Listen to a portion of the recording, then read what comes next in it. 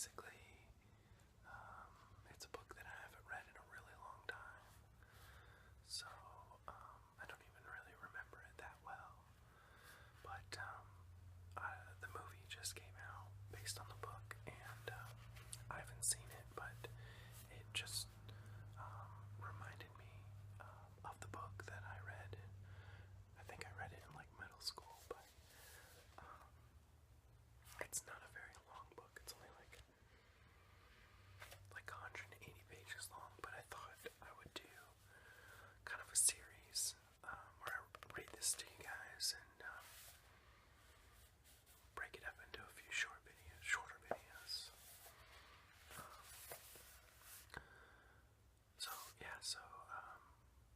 I'll go ahead and get started, but you guys just let me know what you think about the whispering, and if you like or care about the book, or if you'd prefer that I do something different. But anyway, yeah, I hope you guys enjoy. The Giver.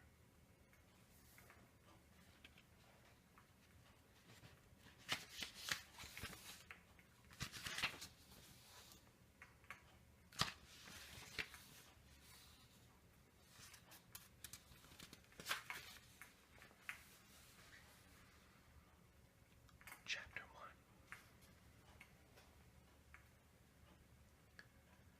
It was almost December, and Jonas was beginning to be frightened.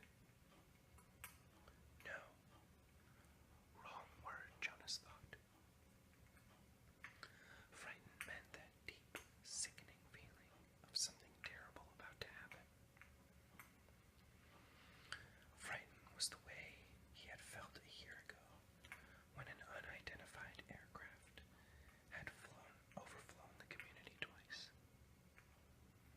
He had seen it both times. Squinting toward the sky, he had seen the sleek jet, almost a blur at its high speed, go past, and a second later heard the blast of the sound that followed. Then one more time, a moment later, from the opposite direction, the same plane. At first, he had been only fascinated. He had never seen aircraft so close, for it was against the rules for pilots to fly over the community. Occasionally, when supplies were delivered by cargo planes over to the landing field across the river, the children rode their bikes to the riverbank and watched, intrigued, the unloading and then the takeoff, directed to the west, always away from the community. But the aircraft a year ago had been different. It was not a squat, fat-bellied cargo plane, but a needle-nosed, single-pilot jet. Jonas, looking around anxiously, had seen others, adults as well as children, stop what they were doing and wait, confused, for an explanation of the frightening event.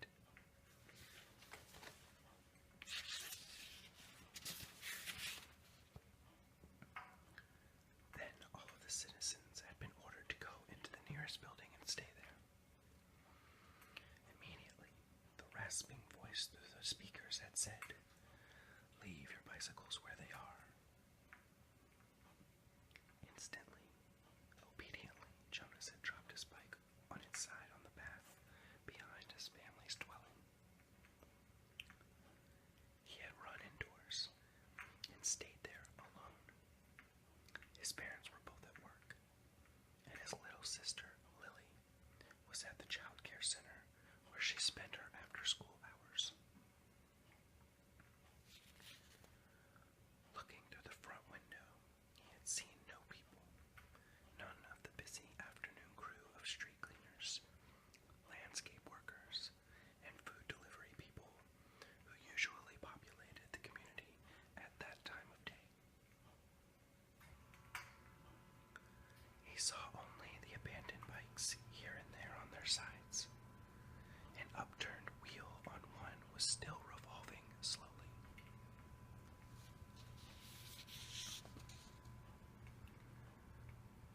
He had been frightened then. The sense of his own community silent, waiting, had made his stomach churn. He had trembled.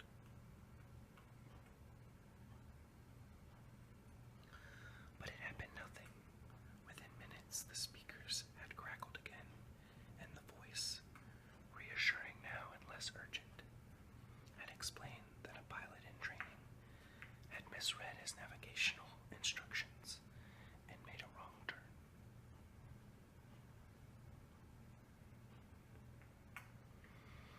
Desperately, the pilot had been trying to make his way back before his error was noticed.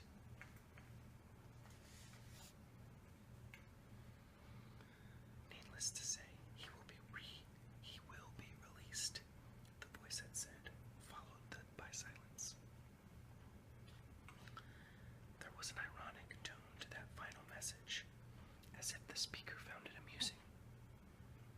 And Jonas had smiled a little, though he knew what a grim statement it had been. For a contributing citizen to be released from the community was a final decision, a terrible punishment, an overwhelming statement of failure.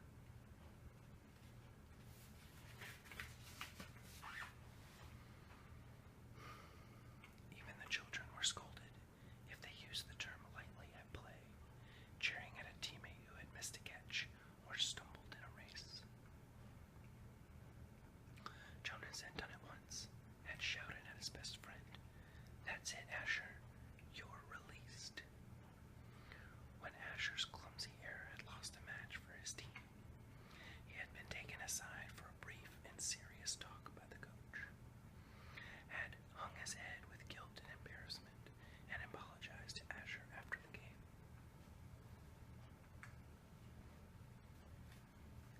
Now thinking about the feeling of fear as he pedaled home along the river path, he remembered that moment of palpable, stomach-sinking terror when the aircraft had streaked above. It was not what he was feeling now with December approaching. He searched for the right word to describe his own feelings. Jonas was careful about language, not like his friend Asher, who talked too fast and mixed things up.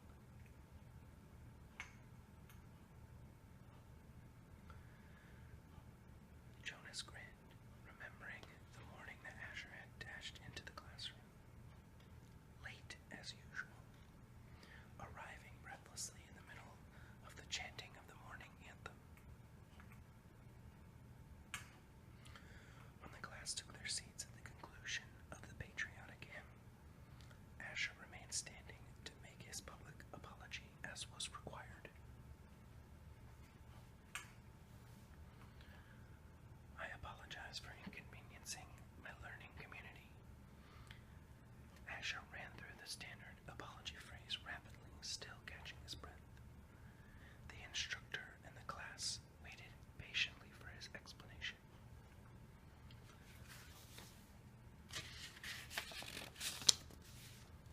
The students had all been grinning, because they had listened to Asher's explanations so many times before. I left home at the correct time, but when I was riding along near the hatchery, the crew was separating some salmon. I guess I just got distraught watching them. I apologized to my classmates, Asher concluded. He smoothed his rumpled tunic and sat down.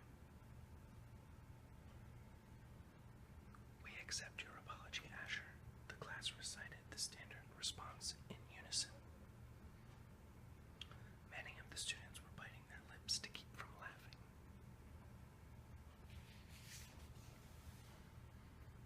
"I accept your apology, Asher," the instructor said. He was smiling. "And I thank you, because once again you have provided an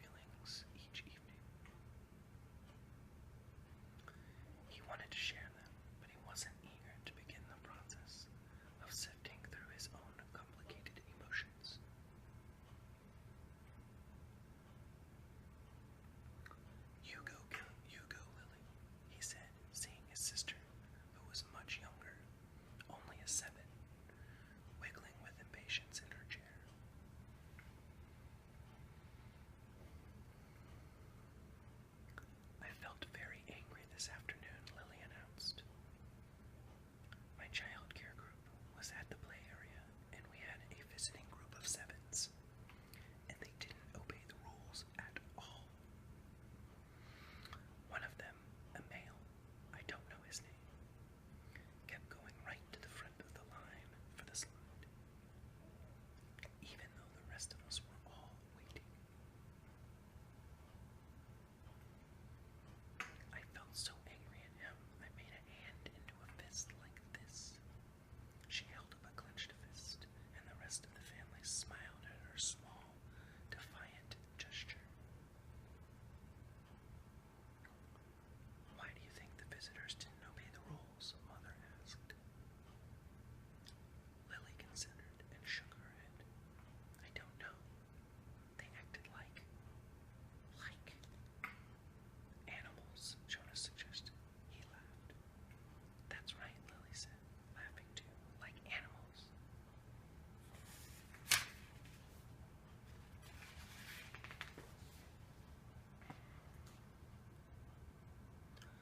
Neither child knew what the word meant exactly, but it was often used to describe someone uneducated and clumsy, someone who didn't fit in.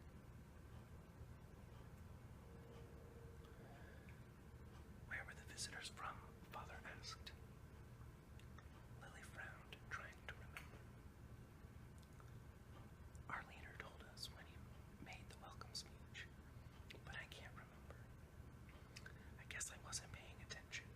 It was from another community. They had to leave very early, and they had their midday meal on the bus. Mother nodded. Do you think it's possible that their rules may be different, and so they simply didn't know what your play area rules were? Lily shrugged and nodded. I suppose. You visited other communities, haven't you? Jonas asked. My group has, often. Lily nodded again. When we were sixes, we went and shared a whole school day with a group of sixes in their community. How did you feel when you were there? Lily frowned. I felt strange because their methods were different.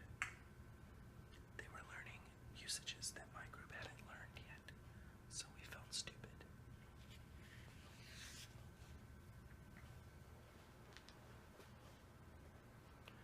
Father was listening with interest. I'm thinking, Lily, he said, about the boy who didn't obey the rules today. Do you think it's possible that he felt strange and stupid, being in a new place with rules that he didn't know about? Lily pondered that. Yes, she finally said. I feel a little sorry for him, Jonas said, even though I don't know him. I feel sorry for anyone who is in a place where he feels strange and stupid. How do you feel now, Lily? Father asked. Still angry? I guess not, Lily decided. I guess I feel a little sorry for him. And sorry I made a fist, she grinned. Jonas smiled back at his sister.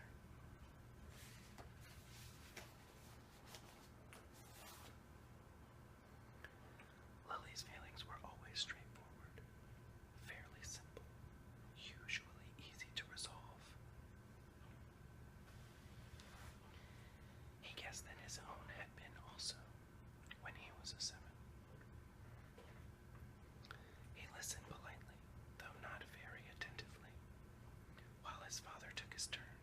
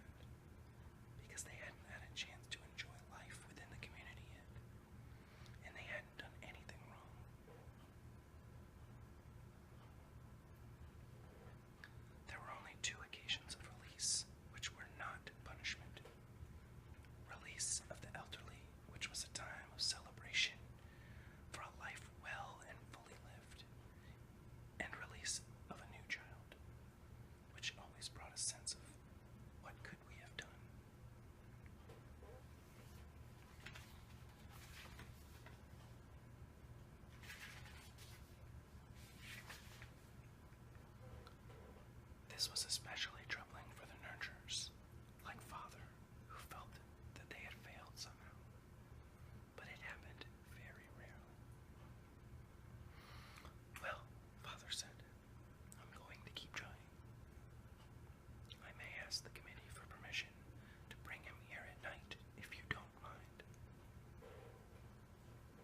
You know what the night crew nurturers are like. I think this little guy needs something extra. Of course, Mother said, and Jonas and Lily nodded. They had heard Father complain about the night crew before. It was a lesser job, night crew nurturing, assigned to those who lacked the interest or skills or insight for the more vital jobs of the daytime hours.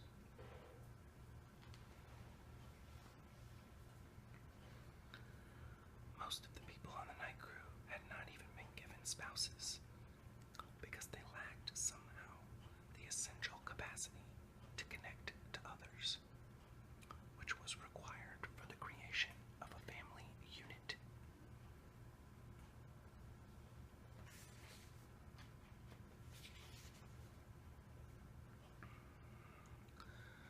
Maybe we could even keep him, Lily suggested sweetly, trying to look innocent. The look was fake, Jonas knew. They all knew. Lily, Mother reminded her, smiling. You know the rules. 2 children, 1 male, 1 female, to each family unit. It was written very clearly in the rules. Lily giggled. Well, she said, I thought maybe just this once. Next, Mother, who held a prominent position at the Department of Justice, talked about her feelings. Today, a repeat offender had been brought before her. Someone who had broken the rules before. Someone who she hoped had been adequately and fairly punished, and who had been restored to his place, to his job, his home, his family unit. To see him brought before her a second time caused her overwhelming feelings of frustration and anger, and even guilt that she hadn't made a difference in his life. I feel frightened, too, for him, she confessed. You know that there's no third chance. The rules say that if there's a third transgression, he simply has to be released. Jonas shivered. He knew it happened. There was even a boy in his group of 11s whose father had been released years before. No one ever mentioned it. The disgrace was unspeakable. It was hard to imagine. Lily stood up and went to her mother. She stroked her mother's arm.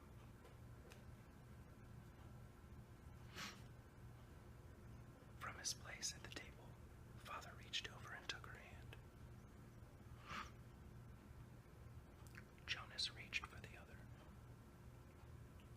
One by one, they comforted her. Soon she smiled, thanked them, and murmured that she felt soothed.